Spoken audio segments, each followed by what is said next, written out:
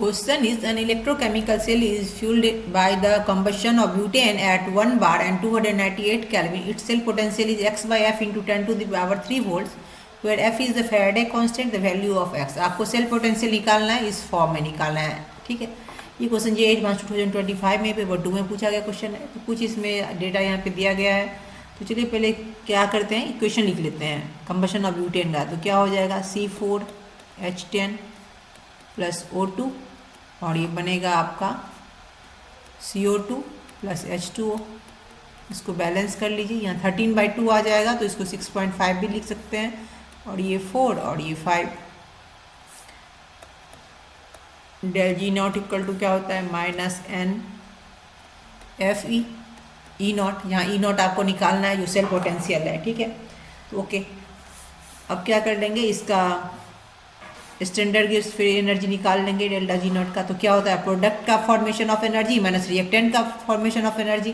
तो प्रोडक्ट का क्या हो गया आपका, ये आ गया 4 और ये CO2 का कितना दिया गया है 394 माइनस 394 किलो जूल पर मोल, प्लस वाटर का तो 5 इंटू 237 किलो जूल पर मोल, माइनस रिएक्टेंट का तो O2 का तो 0 हो जाएगा, एलिमेंट है, और इधर ये आपका क्या 18 माइनस 18 किलो जूल पर मोल। टोटल आप कैलकुलेट कर लो, तो ये आपका आ जाएगा माइनस 2743 किलो जूल पर मोल।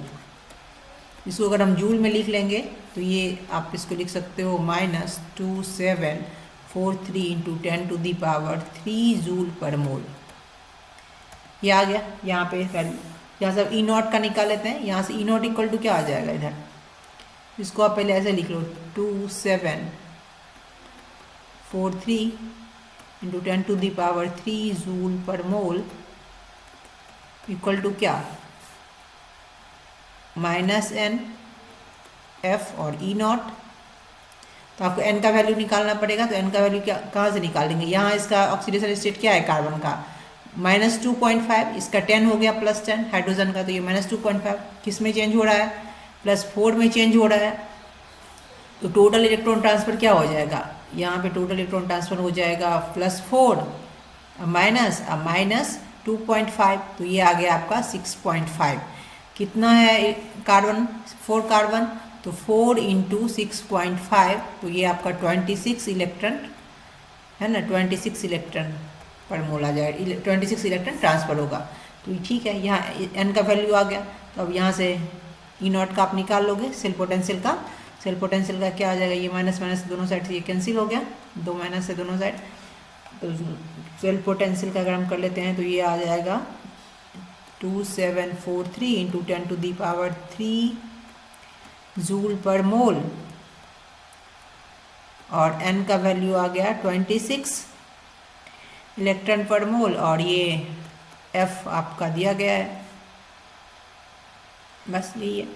ओके, तो एफ का क्या कर लेते हैं, एफ का भी लिख लेते हैं, ये यूनिट कूलम पर मोल।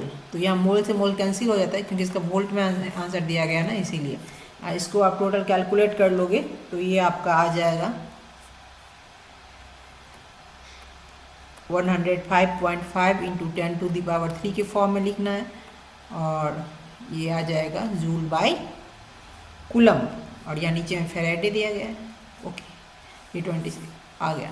इसको अगर आप कर लो तो ये आ जाएगा 105.5 into 10 to the power 3 Faraday by coulomb, volt आ जाएगा, वोल्ट, ठीक है, क्योंकि जूल पर कूलम बाय होता है 1 वोल्ट।